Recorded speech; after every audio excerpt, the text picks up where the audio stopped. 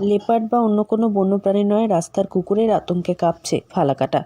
সকাল হোক আর সন্ধ্যা, দল বেঁধে কুকুর ঘুরছে এলাকায়। শুধু ঘুরে বেড়ানোর মধ্যে সীমিত নেই এই দলটি, মানুষ দেখলে তেড়েও আসছে। কুকুরের দলের আক্রমণে আতঙ্কে কাঁপছে গোটা গ্রাম।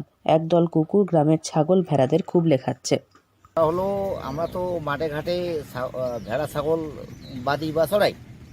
এবার কুকুর এসে যেভাবে আক্রমণ করছে, তাতে আমাদের তো ভেড়া বা ছাগল দিয়ে আমরা গরিব মানুষ, যাই হোক কিছু লাভজনক চাষবাস, একটা চাষবাসের মধ্যেই পড়ে এটা।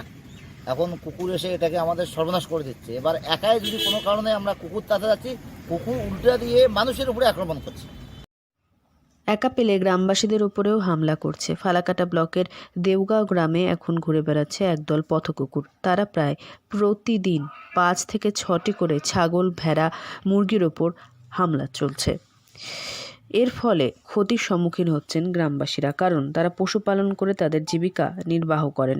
রমজান আলী নামের এক গ্রামবাসী জানান, তারা এখন রাস্তায় একা চলতে ভয় পান, কারণ একা চললেই পথকুকুরেরা তাদের ওপর আক্রমণ চালায়। হাতে লাঠি নিয়ে তাদের চলতে হয়। ফেলাচ্ছে বান্দি ওই আসতে আর ধরে মা ওই ভেড়া ছাগলে ধরে কুকুরে ভেড়াটা একে ছিন্ন ভিন্ন করে খেয়ে নেয়। কতগুলো কুকুর? 20টা 18টা 20টা আক্রমণও করে। একা গেলে লাঠি টাঠি না থাকলে আক্রমণ করে।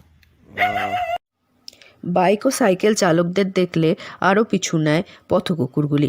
একসঙ্গে প্রায় 25 থেকে 30টি কুকুর ঘুরে বেরোচ্ছে এলাকায়। এলাকাবাসীরা ভয় পাচ্ছেন তাদের সন্তানদের নিয়ে। আতঙ্ক একটাই, যখন স্কুল থেকে তাদের সন্তানরা বাড়ি ফেরে বা স্কুল যাওয়ার সময় তাদের কোনো ক্ষতি না করে দেয় এই কুকুরগুলি।